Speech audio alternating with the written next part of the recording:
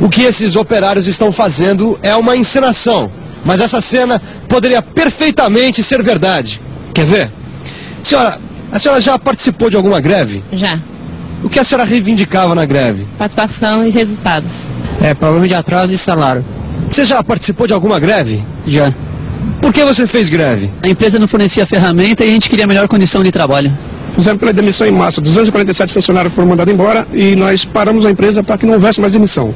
Você já fez greve? Já. Por que você fez greve? Reivindicando comissão de fábrica, cesta básica e condições de trabalho melhor para todos. Pelo melhor condições de trabalho e pelo salário. É isso aí.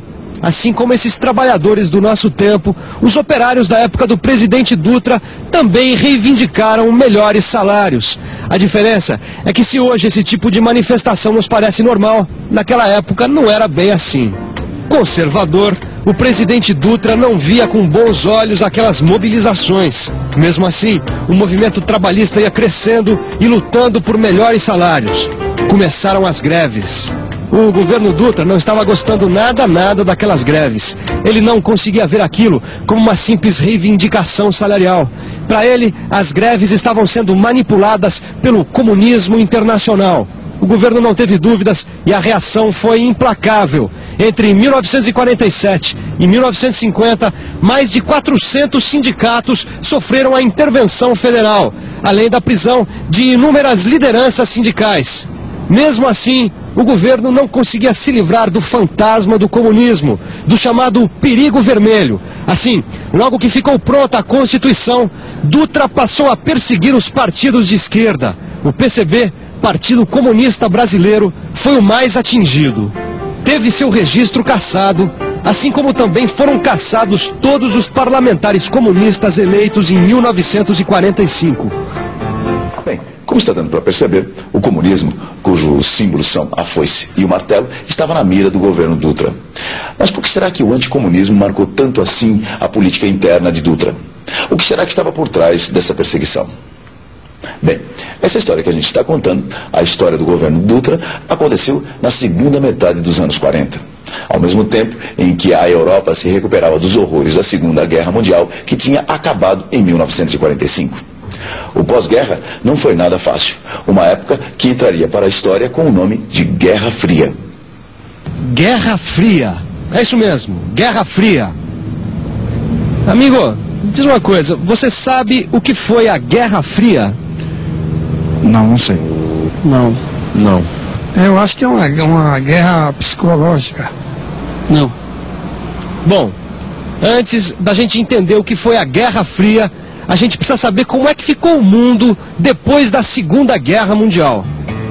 Uma guerra que afetou principalmente a Europa, mas também fez vítimas em vários outros continentes. 6 anos depois de ter começado, deixou um saldo de aproximadamente 55 milhões de vítimas. Com o fim da Segunda Guerra, surgem no cenário internacional duas grandes potências, os Estados Unidos e a ex-União Soviética.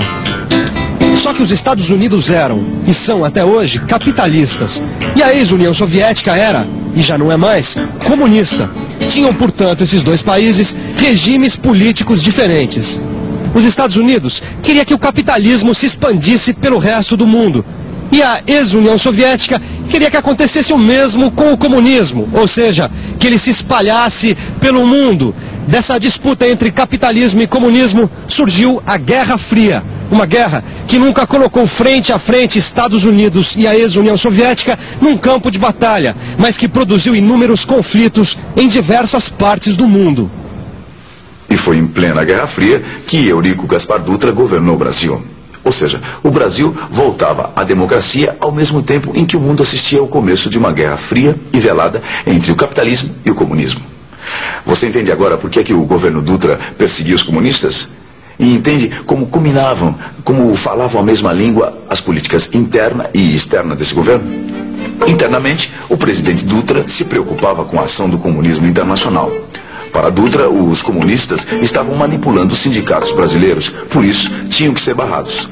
Portanto, seria mesmo de se esperar que a política externa do governo Dutra estivesse sintonizada com a política do governo norte-americano na sua tentativa de igualmente barrar o comunismo e a ascensão da ex-União Soviética. Nesse ponto há uma grande diferença entre os governos de Getúlio Vargas e Dutra.